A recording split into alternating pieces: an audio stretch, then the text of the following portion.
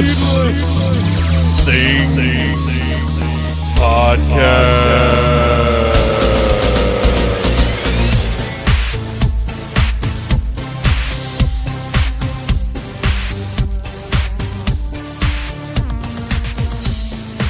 Hey, Phantomaniacs, welcome to the newest episode of the Needless Things Podcast, where we talk about toys, movies, music, and all manner of pop culture dorkery. I'm your host, Dave, and I just got home from work, and I have here Ace Pear Cider. Now, some of you may know that my favorite beverage of all time is Ace Pumpkin Cider, but that season is over, even though some people associate pumpkin things up through Thanksgiving. Apparently, Ace does not. I do not know.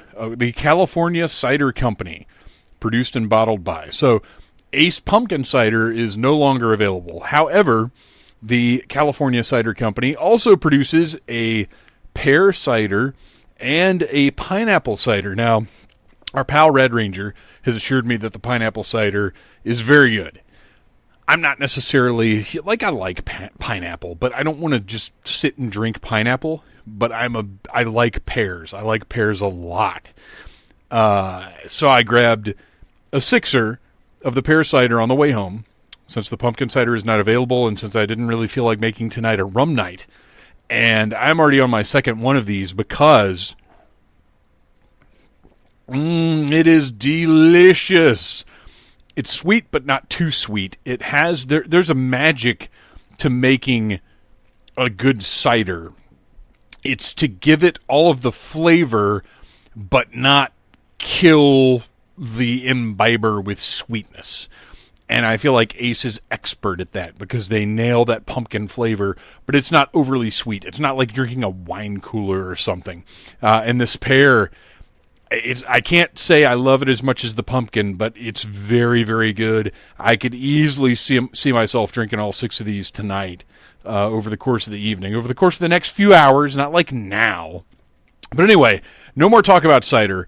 I'm going to do something a little different here. Now, this week's episode, I don't generally like posting two pre-recorded episodes in a row, as in things that were recorded at DragonCon or at a convention or whatever. But I just the schedule has been insane. There's been a lot of stuff going on in life. I'll tell you guys because you guys are here each and every week, and I love you for that. And I think I can discuss some of this now. We had two, and I'm not going to get too specific here because we don't really talk about this stuff publicly. But we had two deaths in the family. Not anybody in the troublemaker family that lives under the roof, but two members of the close extended family, and we lost Mr. Otis. I say lost; that's not accurate. He's 13 years old. He was 13 years old. He lived a very long life, enriching and making all of our lives better. He's definitely one, we are animal people. They're members of the family. And, Otis is one of the best companions I've ever had in my life. One of the longest companions I've ever had in my life. We got him in 2006, in May, the day after my birthday, as a matter of fact. He was a purebred boxer that I got from a coworker whose mother bred boxers. And he has been a constant companion for many, many years now, obviously. But 13 years is actually a pretty amazing age for a boxer or any large dog to reach. But we loved him, and we took care of him, and we made him part of the family. And the end came, and it was time, and it was very difficult. It's one of the worst things I've ever experienced in my life, but it happened, and death is a part of life, and it still hurts, it's still horrible, I still hate to think about it, and I miss him every single day. But between that and between the extended family members, and then everything else going on, because as I've told you guys before, October is our anniversary, me and Mrs. Troublemaker, on October 15th. Phantom Jr. was born on October 27th. We are big Halloween people, although this year I can't say we got everything we wanted out of Halloween, because spookiness and death and all that isn't so much fun when it's actually going on. So we did what we could. We spent our time together as a family and loved each other, and we're there for each other through all of this horrible stuff. And now it's November. All of that is very much still with us, but also to a certain extent resolved, I guess. And we're moving on.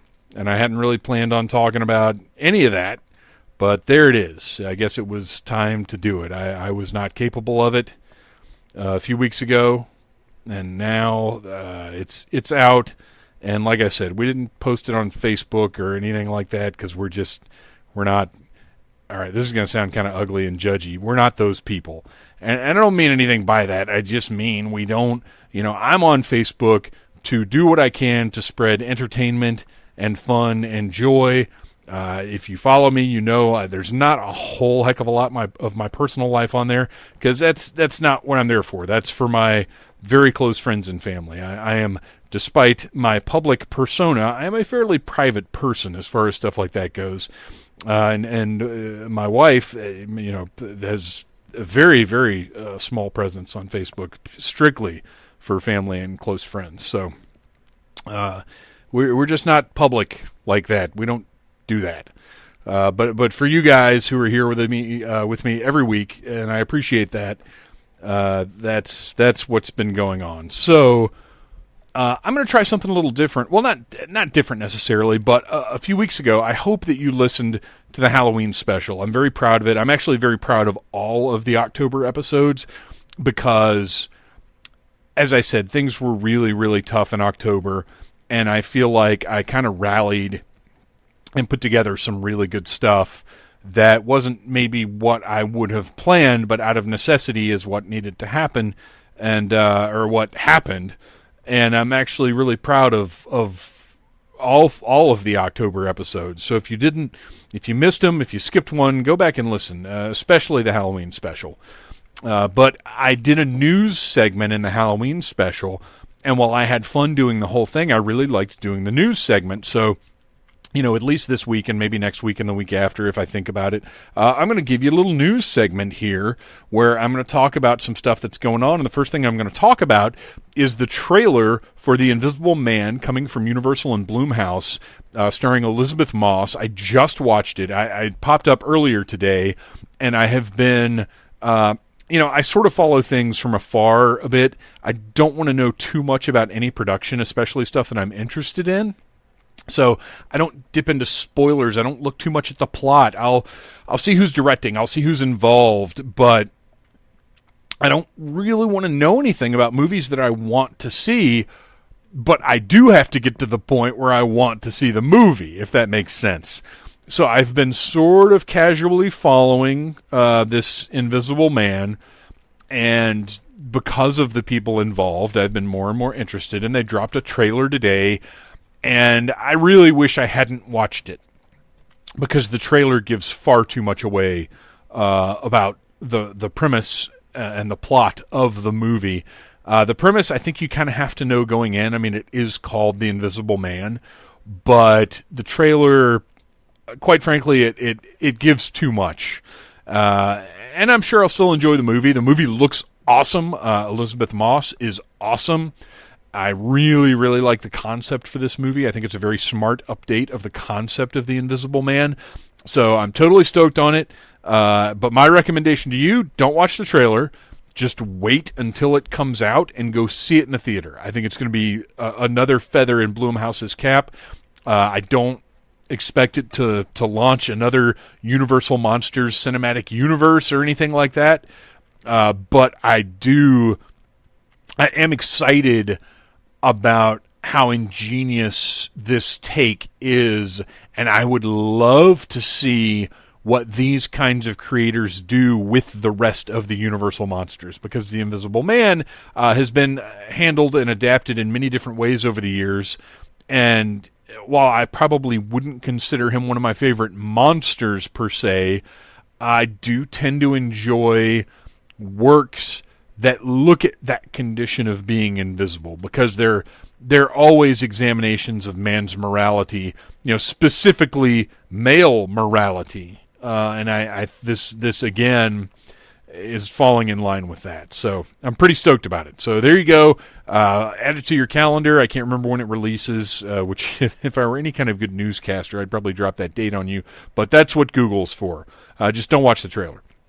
Okay, so another piece of news. NECA is launching their own... Well, I think they bought Loot Crate, and they have this new thing called Loot Launcher. Fuel your fandom is the tagline. And the first 2 Loot Launcher crowdfunding campaigns end in just under 2 weeks. One of them I'm very excited about. One of them I would like to be excited about, but I simply am not. And here they are. From NECA. The first one is a Gremlins dress-up and play figure. Now, this is a generic Gremlin. If you've seen NECA's Gremlins figures, you know they look absolutely incredible. Hinged jaws, lots of articulation, very, very faithful to the look in the movie. And this one figure for $49.99 comes with 2 brand new outfits, the Flasher raincoat and the Flash Dancer outfit, plus a ton of other stuff, a poker chip bow tie, a poker chip pile, a bow tie, a visor, a mallet, a hand puppet, which for me is a huge draw, a fedora, more hands, sunglasses, a frosty mug, cigarettes, playing cards. This is basically an ultimate Gremlin pack. Now, $50 is a little steep for this, but my issue with it isn't even the price, because you can still get their Ultimate Gremlins figures. So if you want to make use of all those accessories, you can buy a couple more Ultimate Gremlins and you're good to go. Now, my issue is that I own several of NECA's Gremlins figures, and they don't fucking stand up. Not even when you put them on stands. Now, if you got like doll stands with a little clip around the waist, that might be a different story. But I don't care for those, because to me, that once you've put a doll stand on something, you've admitted it's an action figure that can in no way stand up on its own. And I, as much as I'll forgive in action figures that I love, or in beverages that I love, that is one thing that I have a big problem with, is a figure that, even with a stand, cannot stand up. So I didn't back that one. I can't. As much as I would love to have that figure, and I would love to have that Flashdance outfit, and the Flasher raincoat, and that hand puppet. Oh, the hand puppet is so one of the things that I want. It's the little furry animal hand puppet where the Gremlin's actually sitting there going, beep, beep, beep, beep, beep, beep. It's hilarious. To me, it's one of my biggest laughs in the whole movie. But anyway, I can't support that one. I'm not paying $50 for an action figure, as good as it looks, that won't stand up. Now, you may be thinking to yourself, Dave, put the Flashdance outfit on it, lay it on its back like it's doing the backspin, like it does in the movie, you're good to go. And you've got a really good point there, and I'm going to think about that. Okay, the other Loot Launcher crate, to me, is a must-have, because it is a 30th anniversary TMNT movie crate. Now, if you know me, you know that the 1990 Teenage Mutant Ninja Turtles movie is one of my favorite movies of all time. I think it's one of the best comic book adaptations, if not the best. It's a tremendous work from Jim Henson's Creature Shop, and I love it. I adore that movie. I've watched it so many times, and this crate, the centerpiece of it is a sort of Spirit of Splinter figure that's reminiscent of all of the Spirit of Jedi figures that Hasbro's put out over the years for the Star Wars line. Of course, much nicer looking. It's a translucent version of the Splinter figure that they released for San Diego Comic-Con that nobody was able to buy because NECA's system was so fucked up this year for ordering their San Diego Comic-Con stuff, but that will be appearing at GameStop soon, and I already have pre-ordered. But anyway, it's a translucent splinter, and it comes, one thing that amuses me, it comes with the campfire accessory that came with the Ultimate Part 2 Jason figure from Friday the 13th. It comes with that. Was it Part 2 or Part... Yeah, the Part 2 came with the campfire. Because, if you remember from the movie, the turtles are sitting around the campfire meditating, and they manage to commune with Splinter. He's back in Manhattan, they're out on the farm, and he has an out-of-body message to send them, and so that's what this represents. So, just because it's a 1990 TMNT movie figure, I have to have it. But this also includes a t-shirt and some other accessories and goodies. Like, it's not just this figure for $50. It comes with TMNT movie-related goodies as well. So that was something that I had to have. Here's what it says. An epic assortment of other TMNT movie collectibles and accessories. So... whatever that means, I don't care because I want to buy anything that I can from that movie because it didn't have a lot of merchandise. It had some figures from Playmates that, let's be honest, were not great. And that's it. Soundtrack, I've got the score on vinyl. I need the soundtrack on vinyl or on CD. It's apparently quite expensive now. But not a lot of merchandise for this movie. So to have a shirt... and anything else they throw in this crate, I'll be happy to have it. So I backed that one. So here's the deal. The TMNT campaign is just over 70% with under 2 weeks left. It's going to happen because, you're going to have your Big Bad Toy Store, your Entertainment Earth, your Dorkside Toys. Those guys are going to jump on it and boost the numbers up to get it across the line. That's what they always do. And so I'm not worried about this one, and I backed it. The Gremlins set, however, is at 13%, and I suspect that a lot of people probably feel the way I do about the figures not being practical, but also $50 for a figure with a bunch of accessories seems a little steep. And yeah, it is a lot of accessories, but I think that one's a little harder sell. So that's where we're at with the NECA Loot Launcher. You can just Google NECA Loot Launcher and find out everything you want to know, although I think I told you pretty much everything you need to know. And that is basically our news this week.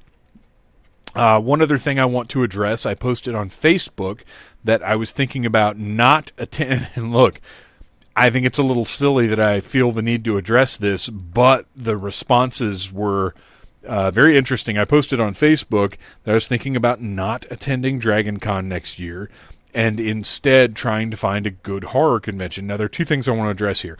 First and foremost, I want to address the fact that was not in any way a dig at Dragon Con's horror programming. I know that obviously a good friend of the show, Derek Tatum. I love Derek. He's fantastic. He works very, very hard and every single year produces top-notch programming for Dragon Con. I love the horror track. I love being there. I've said every single year I wish I could do more with the horror track.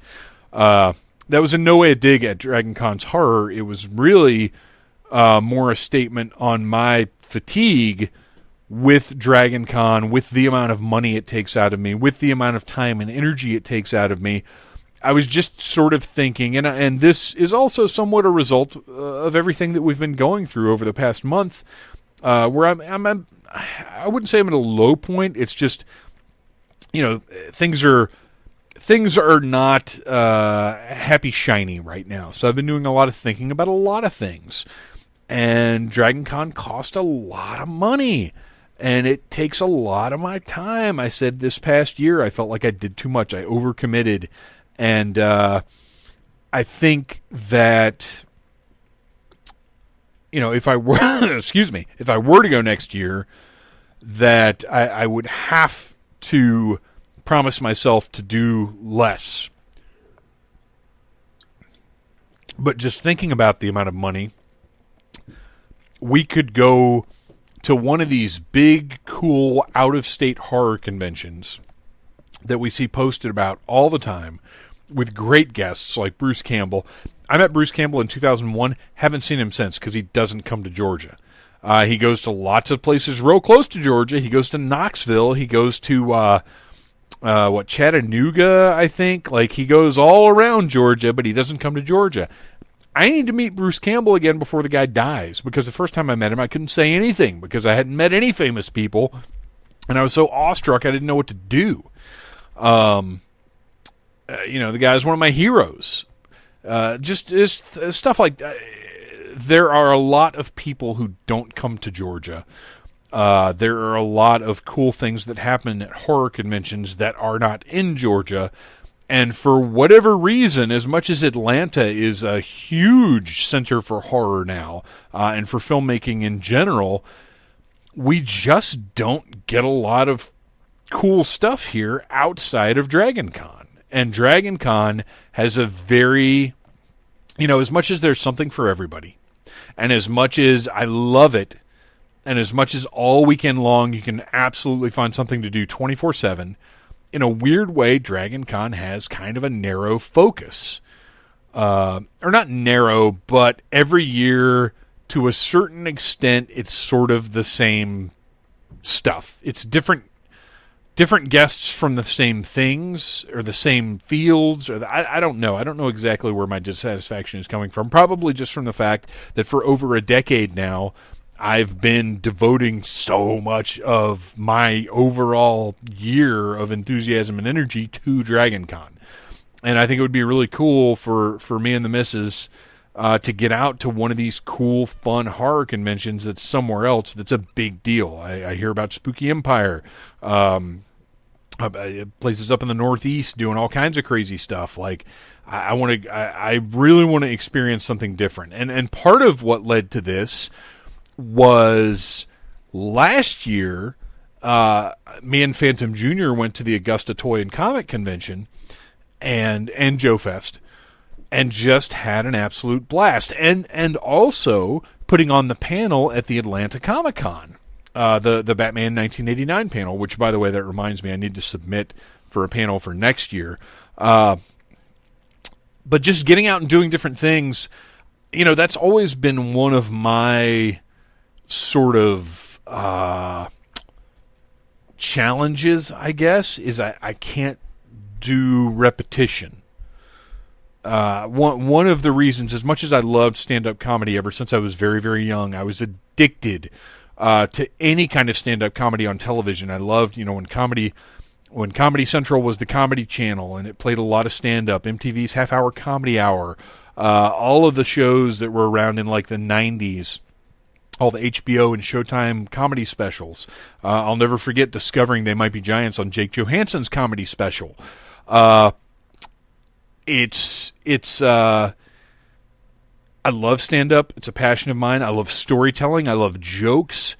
But I remember finding out, and I want to say a Brian Regan special was when I kind of twigged to the fact that stand-ups just repeat their act over and over and over again. And I'm not saying that as anything bad about them, because I understand it's owning their craft. It's finding the best way to tell those stories over and over. It's taking a joke and polishing it to perfection over time, and figuring out the timing and the content and the bits and the pieces, and putting it all together as one big act.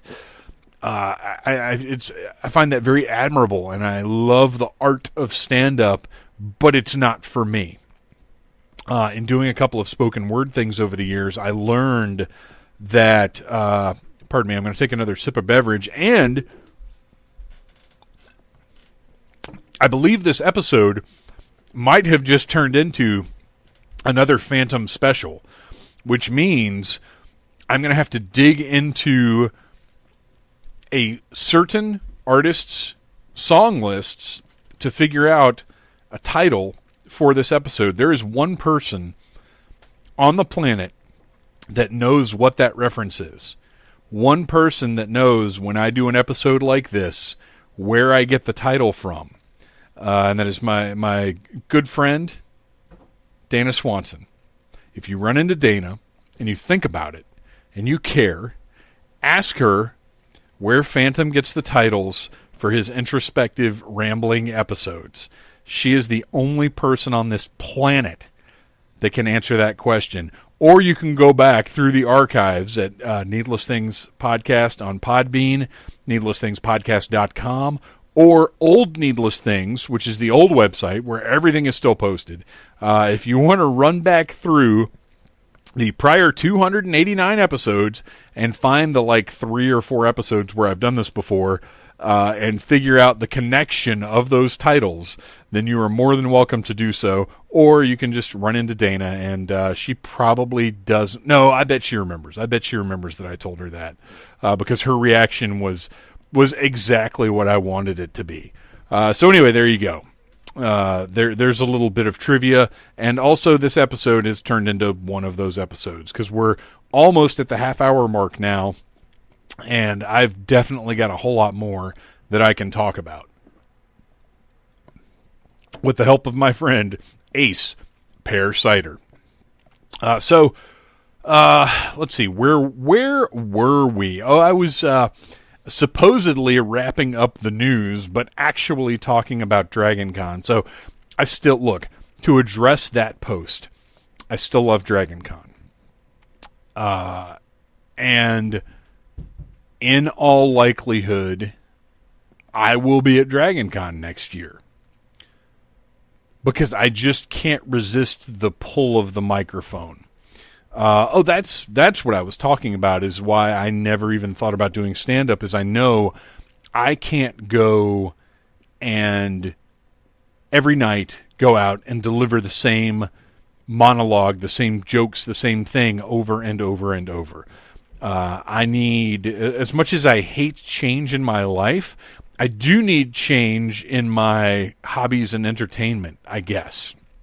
Which is why podcasting works for me, which is why spoken word storytelling works for me. That kind of stuff I enjoy, but I don't want to tell the same stories over and over and over again. And now I sort of feel like Dragon Con, I have gotten in a rut with Dragon Con. And it doesn't mean that I don't love it, and it doesn't mean that I'm like, I'm done with Dragon Con, blah, blah, blah, Dragon Con's no fun. I still love the classics track. I love the horror track. I was delighted to be part of the urban fantasy track. I love the puppetry track. Obviously, I want to take part in all of those things, and that's probably what will draw me back next year. If anything does, is less Dragon Con itself and more my commitment to those people and my desire to be around them and to work with them. But it is a huge financial and time commitment, and that's just, it's one of those things I'm thinking about. It's what it is. And speaking of financial commitments, and to address the people who commented on that post in a disbelieving manner, I do absolutely mean that I'm considering not going. But I will not try to convince you that I am 100% absolutely not going. So that's not the statement I'm making. The statement I'm making is I'm thinking about doing something different for 1 year. Now, at this point you may think to yourself, but Dave, you are a Hilton Legacy member. You already have your rooms booked for 2020. And if you were to cancel that, one, you'd lose your deposit. I think they took a one-night deposit out, and I don't think it's refundable. I'm going to have to go look at my credit card record on that. But the thing that I have to consider is that is a small fraction of the overall cost of the 5 nights, like Thursday, Friday, Saturday, Sunday, Monday. 4 nights. 4 nights that I stay down there at Dragon Con. And yes, that is correct. I would just be throwing that deposit money away, I believe.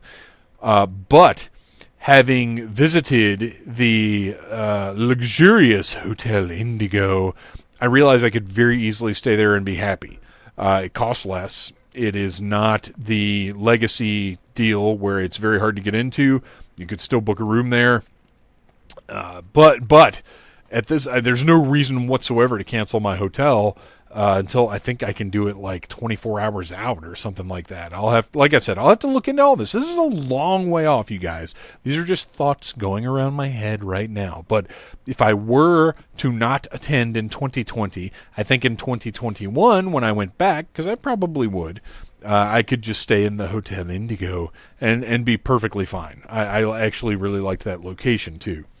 So that is what's up with that. I had the next topic I was going to move on to, but then I went back around to repetition and discussing why I never became a stand-up. Why I never became a stand-up by Dave West. Maybe that'll be... No, that can't be the title. I've got to maintain my theme. So other horror conventions are out there, or horror conventions are out there. I say other horror conventions. The only one I've really been to is Days of the Dead. And look, I've had a lot of fun there.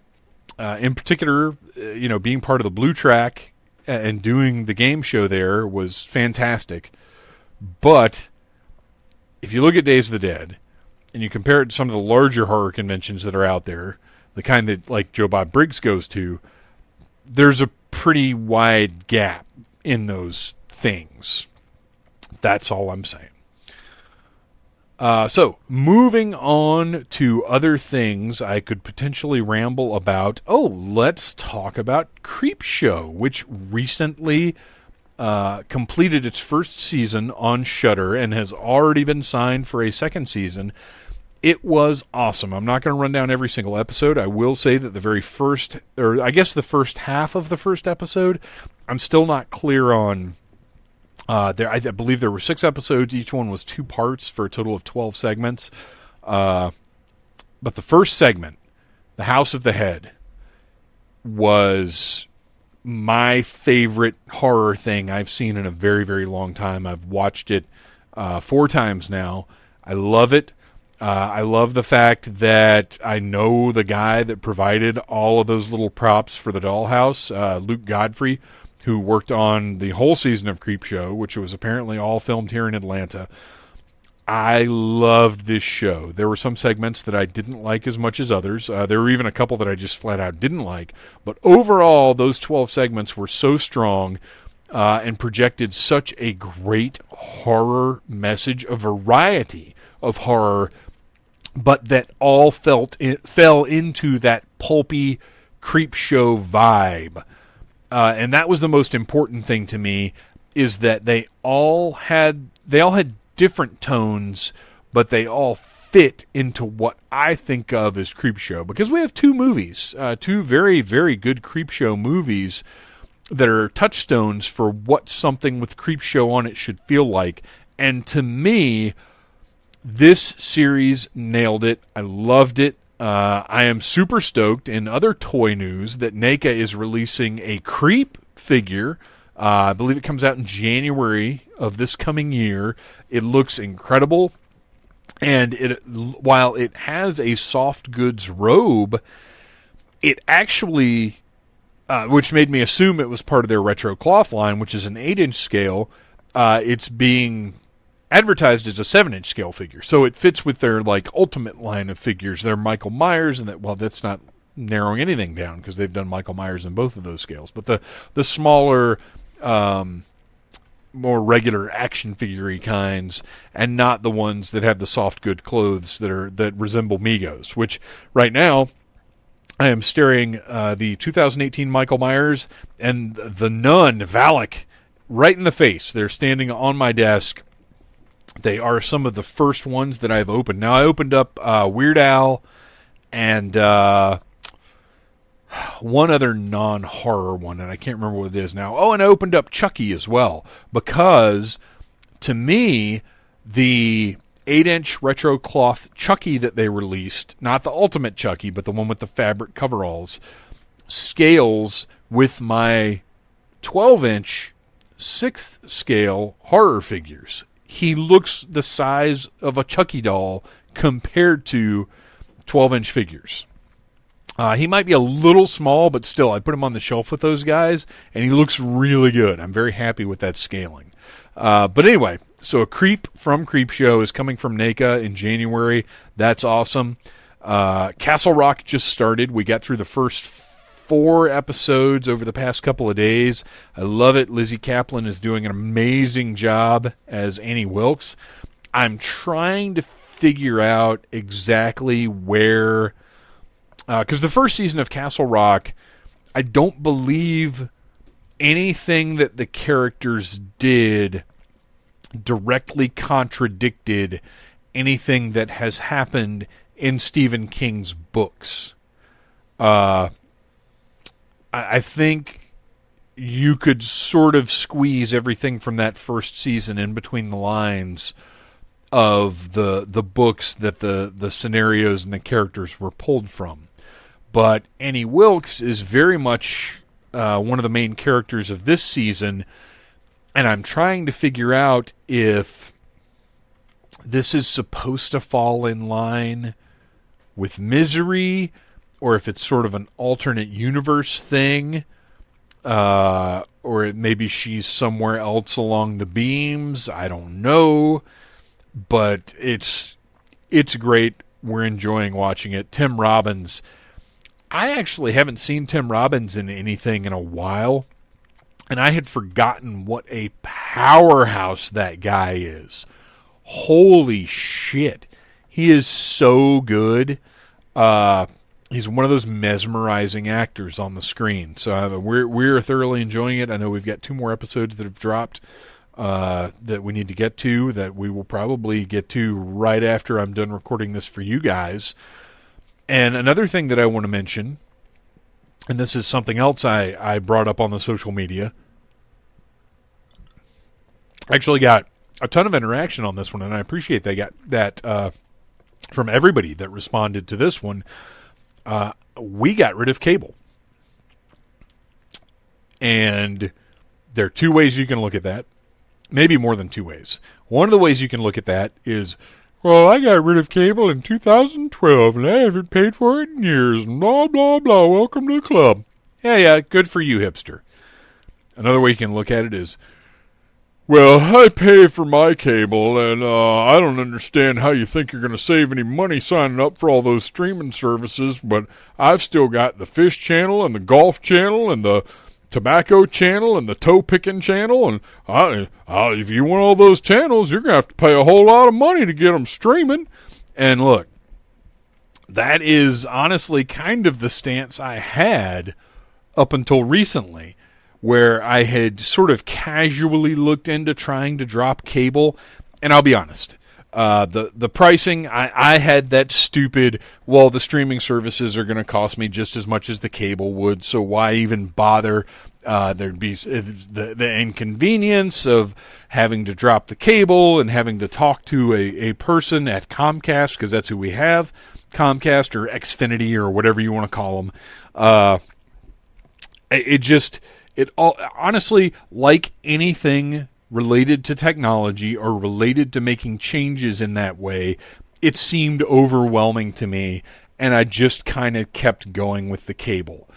Because, I mean, obviously you have to have internet, and whatever you want to say about Comcast, they tend to have the best, fastest available internet. Now, they may be throttling the shit out of it, but everybody's going to be doing that, unless you're lucky enough to have Google Fiber, which apparently Google has just fucking given up on that, or expanding that anymore.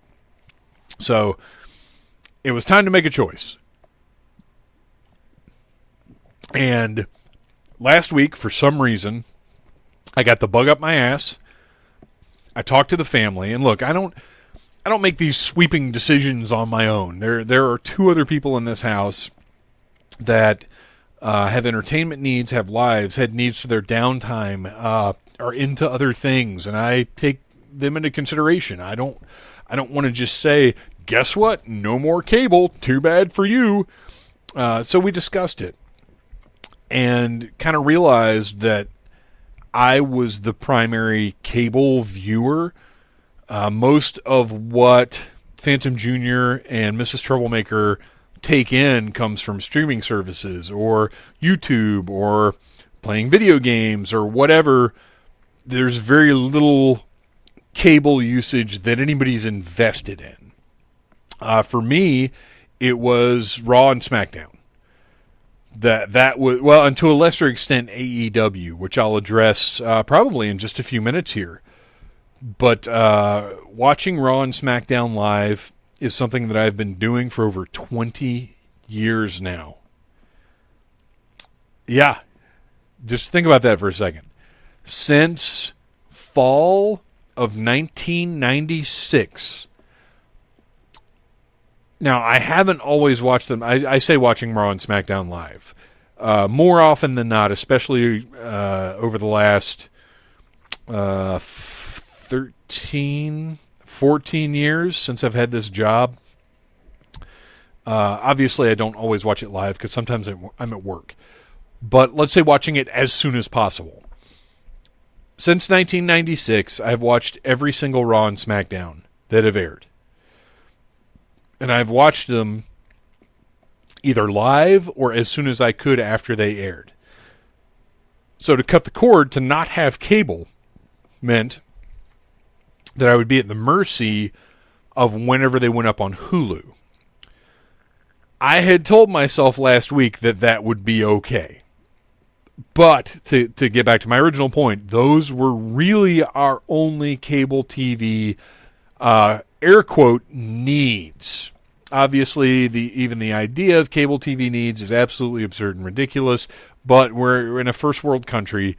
We have first world problems. You understand what I'm saying. But I thought about it, and I was like, you know what? Arian watches them late. Lots of people watch them late. I can deal with it. I don't need it. If I can get rid of the cable and save us a chunk of money, then it's worth it. So Wednesday, I posted up online thinking about cutting the cord. Any tips? What streaming services does everybody use? Got a lot of input. That's where I got all the great input from everybody. And kind of built up, honestly, to calling Comcast because you can't do it online. Their website is not designed to let customers make changes or save money or really do anything that's beneficial to the customer in any way whatsoever. So I got on the phone, preparing myself for up to an hour, possibly more, of rigorous communication with someone who probably had English as a second language, if that, who had probably had a list of crib notes in front of them of things to say to me to convince me not to get rid of cable. I really built myself up to deal with a hassle, a not pleasant experience.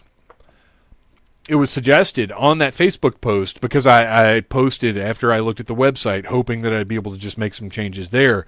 I posted, Comcast makes it impossible to go online. Looks like I'm going to have to call somebody. And somebody suggested, I think it was Jim Stapp, suggested you should record it and put it up as a podcast. And I thought, you know what, that might actually be kind of entertaining. And I no longer have my phone recorder, or I guess it was on my old phone that I don't have a phone recording app. So I just called, and it took about 5 minutes, and the customer service person was one of the most pleasant people I have ever spoken to on the phone. She immediately said, here's what we can sign you up for, here's what you were paying, here's what you will be paying. The service is equivalent. You get this download speed, you get this upload speed. How many streaming devices do you have? Okay, great. That's going to work just fine. Do you guys have your phone on the Wi-Fi? Cool. That won't be a problem at all. You are making, as far as your internet service, you're making a lateral move. We are dropping your phone service. We are dropping your cable service. And here is your new price. And my new price is $160 a month less than what I was paying. Now, that includes the equipment that I was renting. But I took that equipment back. I got very proud of myself. I was very proud of myself for two things. One, for making the call and getting it done. Getting rid of fucking cable that we don't need. 1,000 channels of bullshit. The second thing I was proud of myself for was immediately rounding up our various cable boxes, because we had the main DVR box. We had 2 of those satellite boxes that you put, in other TVs so you can watch all your DVR recordings, which, look, don't get me wrong. That's very convenient. It's very nice. It's very handy. But I wrangled all that stuff together and immediately got in the car and drove it back to the Xfinity store, got my receipt, done. That equipment is off our bill, out of our lives. So, I mean, it's just an amazing $160 a month. Think about that. That's wild. That's a lot of toys, you guys. I'm just kidding. It's not for toys. It's probably for braces. So anyway, got both of those things done today. Very proud of myself. Very accomplished, because it's very hard to sit down and make that kind of decision and to execute it. And I know that may sound ridiculous, but I think 90% of you are probably sitting out there going, wow, that's impressive. I hope you are anyway. So, got that done and looked at our streaming services. We already had Hulu. My Mrs. Troublemaker had signed up for Hulu a year, maybe 2 years ago, because there was something that she wanted to watch. I transferred the Hulu over to me, so I'm paying for that now, and I upped it to the commercial-free Hulu, and it is awesome. I'm watching Community right now. I've been wanting to watch Community for years. All I had ever seen, I'd seen maybe 1 or 2 episodes here or there, and then I watched the G.I. Joe episode, because our buddy Noel cued me into them doing a G.I. Joe episode. So I recorded that, watched it, absolutely loved it, and just never got back into the show for whatever reason. And then once we did get the Hulu, I can't watch commercials. I can't do it. I cannot sit there and stream a 22-minute show that has 3 commercial breaks. I can't do it anymore. So once I upped the Hulu, I was like, oh shit, I'm watching Community now, and I'm like halfway through the 2nd season, and it's awesome. It's so good. It's such a good show. I don't think it's going to replace Parks and Recreation as my favorite sitcom, but it's a very, very good show, and I'm delighted that I'm able to make my way through it now. So we already had Netflix, we already had Amazon Prime, we already had Hulu, WWE Network, Boomerang, which I need to look into this because, well, I'll get to that in a second. So Boomerang's $5 a month, and it's totally worth it to us because me and Phantom Jr. watch a lot of stuff on Boomerang all the time. All the Scooby-Doo is on there. Tons of Looney Tunes. Basically, whatever Boomerang cartoons. What was on the network, it's on there. I wish they'd get Foster's Home for Imaginary Friends on there. Although I think we've got most of that on DVD. But anyway, for $5 a month, Boomerang, we find it to be very worthwhile. However, Friday, prior to SmackDown airing, WWE ran into a big problem in Saudi Arabia, because that's what happens when you deal with Saudis. And that is not racist. That is countryist, I guess. I don't know. But WWE, if you don't know, most of their SmackDown roster got stuck in Saudi Arabia after a show that they did there.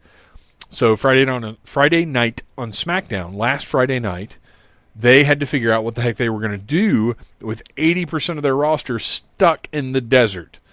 And what they did was, and I read all of this, I knew something was going on, and I was like, man, I really want to watch SmackDown live tonight and see what goes down. And I couldn't do it. So over the course of the weekend, I kind of talked to some people. I figured out what was going on because Hulu, which gets the Raw and SmackDown replays, the SmackDown did not go up till Sunday. And what I discovered over the course of the weekend was that is not acceptable to me.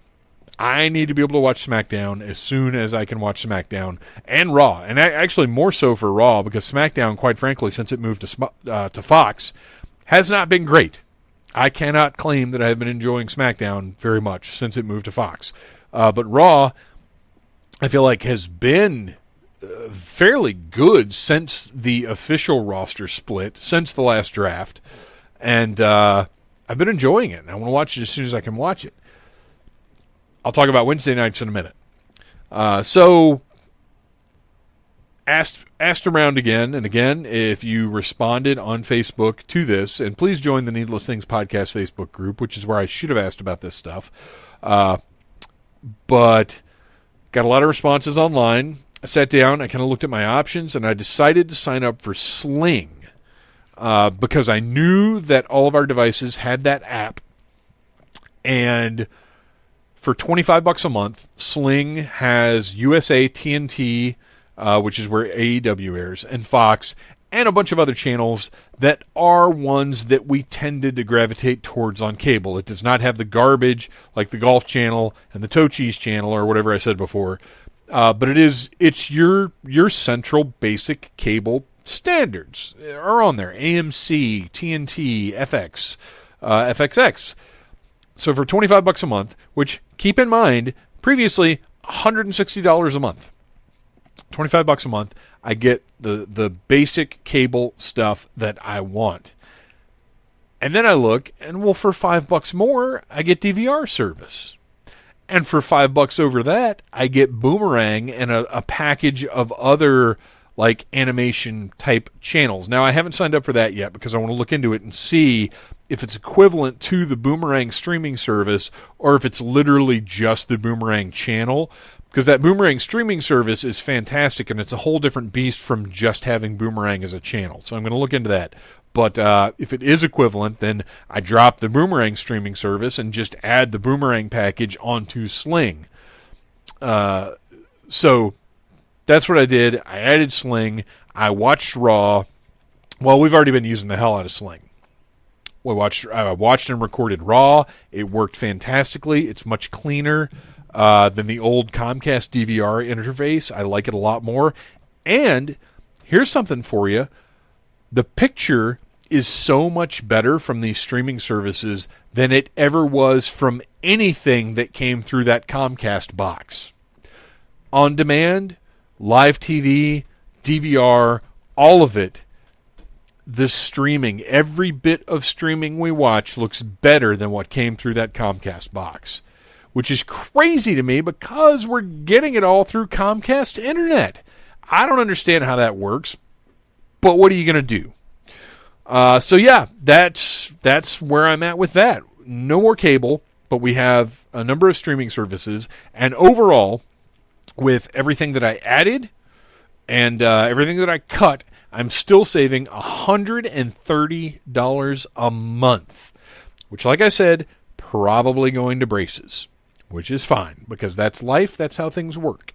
There is a balance. Sometimes the balance isn't exactly what you'd like it to be, but I have found that in most cases, if you really sit down and take a look at things, and you're not too hard on yourself, and you're not too mopey about everything, that there is a balance that can be found into how life works. Oh man, I am almost out of my second Ace pear cider, which means I need to wrap this thing up soon. So the only other note that I had that I could potentially talk about tonight. Oh, and you know what? I'm gonna have to make up a few minutes because at the beginning of the episode, I mentioned what this week's episode was supposed to be about, or was supposed to be, which was going to be the Classic Video Game Hall of Fame panel from this year's Dragon Con. And I'm going to have to cut that little segment out now because this episode ended up not being about that at all, which is fine, or at least I hope you guys think that's fine. That episode will still air at some point. It just didn't end up happening tonight because I got bit by the talkie bug. But yeah, I'm going to have to go back and cut that out. So actually, I need to add a few more minutes on here. So what I'm going to do is pull up the Needless Things Podcast Facebook group. And while that's coming up, I'm going to go to our pals Toy Arc, and I'm going to see if there's anything that I can mention right here on Toy Arc that I think is worth talking about. and just scrolling through the listings, unfortunately, it looks like there's not really anything else that's newsworthy. The NECA loot launchers were kind of the big things. Okay, so Super 7. This actually is something that I wanted to talk about at some point, and I wasn't sure where it would be or what the context would be. You guys probably know that Super 7 is one of my favorite toy companies. I tend to like just about everything they offer, whether it's their Masters of the Universe Classic style figures or whether it's their reaction figures. They're a great company that so often are perfectly tailored to my wants and needs as a collector. So I have a lot of reaction figures, you guys. As a matter of fact, just looking at what's next to me, I have a stack of 6 reaction figures that I still have to find a home for. It's 2 of the RoboCop figures, the Ghost figure, a King Diamond figure, some kind of glow-in-the-dark, weird, custom-inspired figure that they put out, and then another glow-in-the-dark King Diamond figure that I have to figure out what I'm going to do with. Maybe it's a giveaway. I don't know. Giveaways didn't go so well for Needless Things, so I'm not sure. And then there's another stack on the Phantom Futon in front of me that's probably about 6 more figures. And who knows how many dozen other figures, because you got to think about it. I've got Big Trouble in Little China. I've got Aliens. I've got 2 series of the worst. I've got Universal Monsters. I've got a lot of reaction figures. I love them. They're a neat format. I don't open them. It's one of the rare toy lines that I leave on the packaging because, one, the card art tends to look so good. These figures look really classy if you get star cases, which are made for vintage Star Wars figures. If you get star cases and put these Super 7 figures in the star cases, they look so classy on your wall. I wish the star cases weren't quite as deep as they are, but what are you going to do? As the Major Wrestling Figure Podcast would say, beggars can't be choosers. Which doesn't really make sense to me because I'm not begging for these. I'm buying these, but it's what's available. You take what you can get. I love these, though. I feel like presentation-wise, on the blister card, these are nice little pieces of art. That's what they are to me. But Super 7 has increased the already ridiculous $15 price tag on these. I bristled every time I every time I chose to spend $15 on one of these figures. It really, I made that noise. They have raised the price on these to $18, you guys. And, I've said this before. I said this when Marvel Legends went from $9.99 to $14.99, which I am now paying $19.99 for those things, and it makes me a little sick every time I think that. I think of it in those terms. But man, $18 for these little 3 3/4 inch action figures is absurd, and I feel very strongly that I'm out. I ordered those RoboCop figures, the glow-in-the-dark RoboCop figures, because, quite frankly, I just can't say no to glow-in-the-dark RoboCop figures. And I think I justified it by the fact that they're glow-in-the-dark, so that was like an extra bonus feature to me. And then I ordered the New York Comic-Con exclusive Universal Monsters, which come on thicker, different packaging and glow-in-the-dark in different colors. And I think that's how I justified paying $20 a piece for those. But unless they do something really, really special, I think I'm out.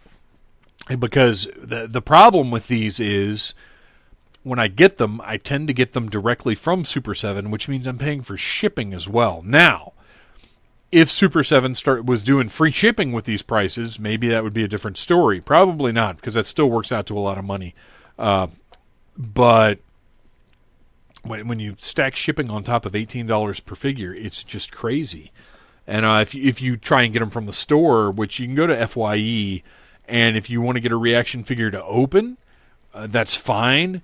But they're typically pretty banged up if you get them from FYE, so I don't recommend it if you want to keep them on the card. But if you want one to open, which I bought a Papa from FYE, and the plan was to open it. It's a little bent up, and that's fine, because I'm going to open him up, and I'm going to put him up there with the worst, and I'll have a little display of a few loose reaction figures that I've got. But just very disappointed. And then on top of that, you've got the Super 7's absolutely incredible looking Ninja Turtles figures that if you haven't checked them out, you should go check them out. But $45 a piece, man, as much as they're tickling my nostalgia, I just cannot justify it. I want them so bad. Believe me, you guys. I want those figures because, to me, the 1980s Teenage Mutant Ninja Turtles toy line was what replaced G.I. Joe. I went from Mego to Star Wars to G.I. Joe to Teenage Mutant Ninja Turtles. That was my progression. And as much as I wasn't a huge fan of the Ninja Turtles cartoon, that toy line was magic to me. There's a lot of nostalgia there, and I was actually surprised at how much there was when I saw the first images of Super 7's Ninja Turtles figures. Now, I'm not talking about their reaction figures. I'm talking about the deluxe. I'm honestly not even sure what the line is called. It might be like Teenage Mutant Ninja Turtles Classics. I'm not positive. It's the larger scale figures that are similar to the Masters of the Universe Classics figures. Fully articulated, lots of accessories. They look amazing. They look like when you were a kid, what you wanted those Ninja Turtles figures from Playmates to be. Or at least what I wanted them to be. So this is a dream toy line to me. But $45 a piece, I just cannot justify it, especially when I have, if there was one Ninja Turtles dream line, it would be the movie Turtles. And I'm looking at those right now, the 4 movie Turtles. And like I said, I've got the next 4 figures pre-ordered from GameStop already. So that Ninja Turtles movie line, that's my real dream line. This other line is a dream line that I didn't realize was a dream line, but that I just can't afford. That's $180 for 4 figures. You guys, I can't do that. That's crazy talk. Although, if I consider the fact that I'm saving $130 a month on cable, no, I can't do it. I can't do it, you guys. And again, if I could walk into a store and just buy them, maybe a different story. But this whole having to pay shipping, doing the pre-order, waiting months and months and months, it's a different level of commitment, and one that I went through with Mattel's Masters of the Universe Classics from Matty Collector, and I'm just not interested in going through again.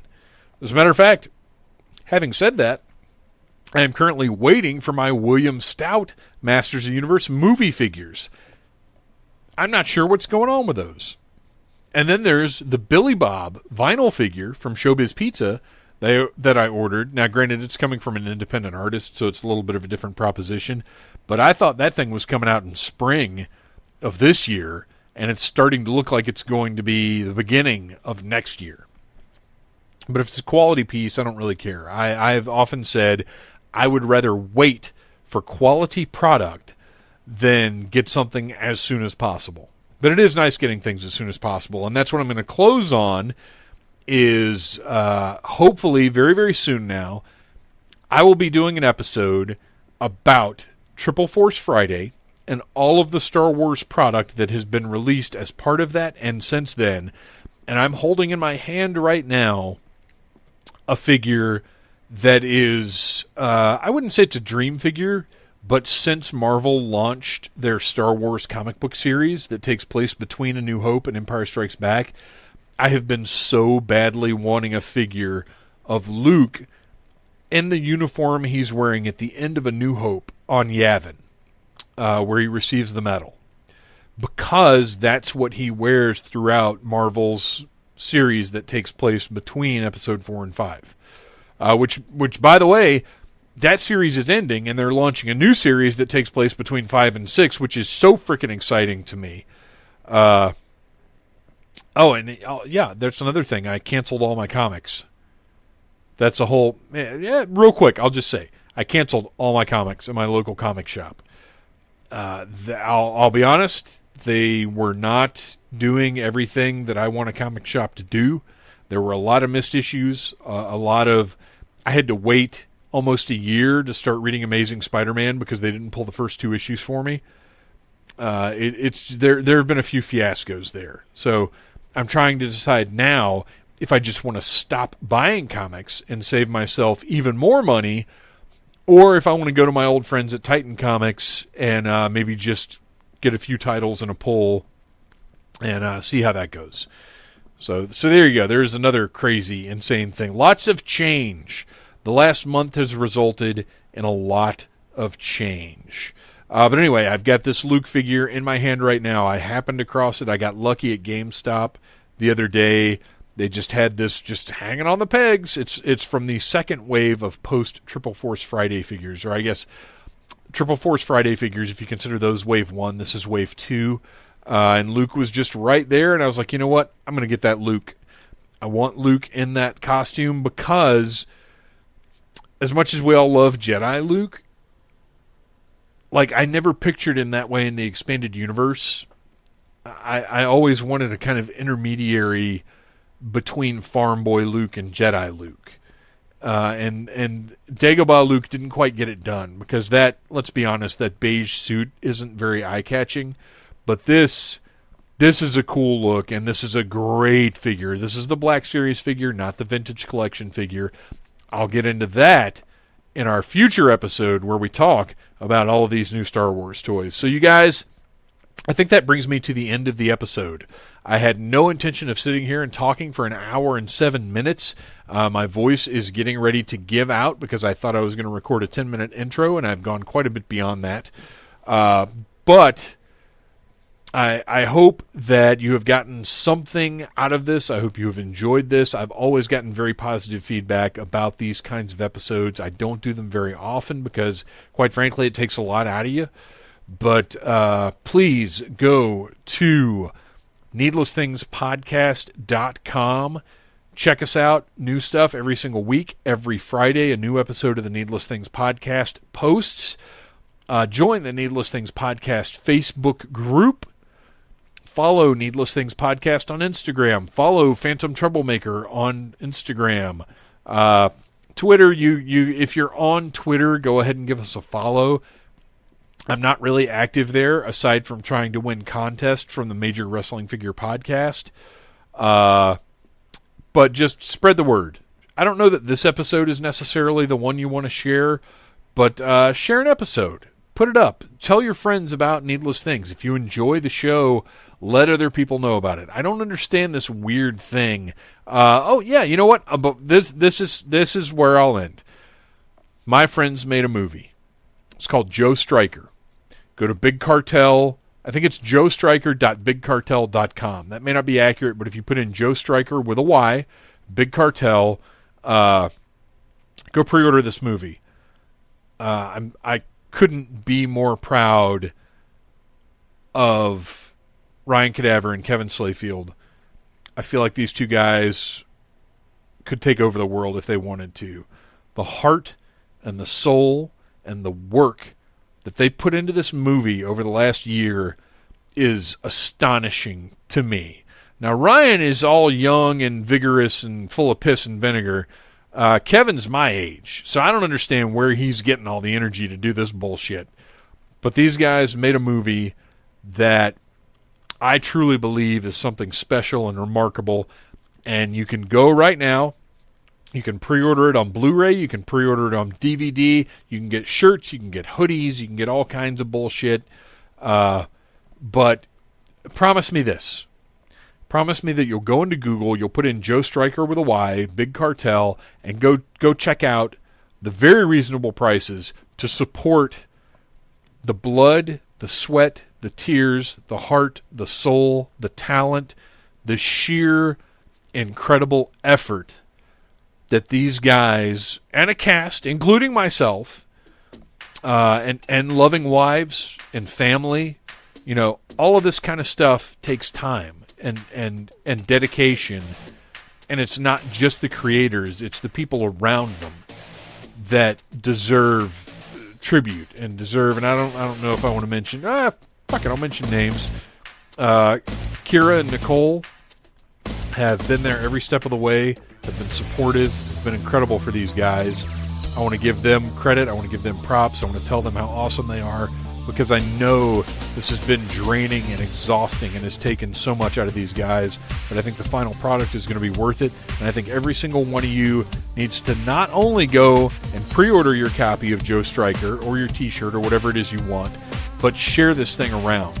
Let people know about it, because this is something very special. This is something that deserves to be seen and deserves your attention. So that's what I'm going to say. That's how I'm going to wrap this thing up.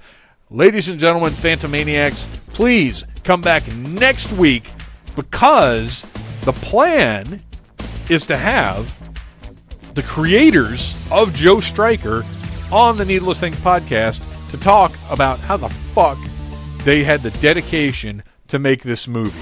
And then the week after that, I think, is the next Needless Commentary, which I won't tell you what it is right now, but I'll tell you next week. You guys, thank you for sitting down and listening to me. Thank you for letting me get some stuff off my chest. Thank you for being there for me for the past, 5 years now? I think I've been doing this. Is that right? That sounds crazy. This is the 290th episode. In 10 more episodes, we'll be at 300. And maybe I'll do something special. Maybe I won't. It depends on how drained I am. But whatever the case, thank you for listening. Thank you for being here. Thank you for sharing the show. Thank you for going and checking out Joe Striker. And I love you guys. Thank you for listening to the Needless Things podcast. You're the best. You can find the show on iTunes, Stitcher, Downcast, or in the ears of a Trader Vic's employee. Love you. Mean it. Uh-huh.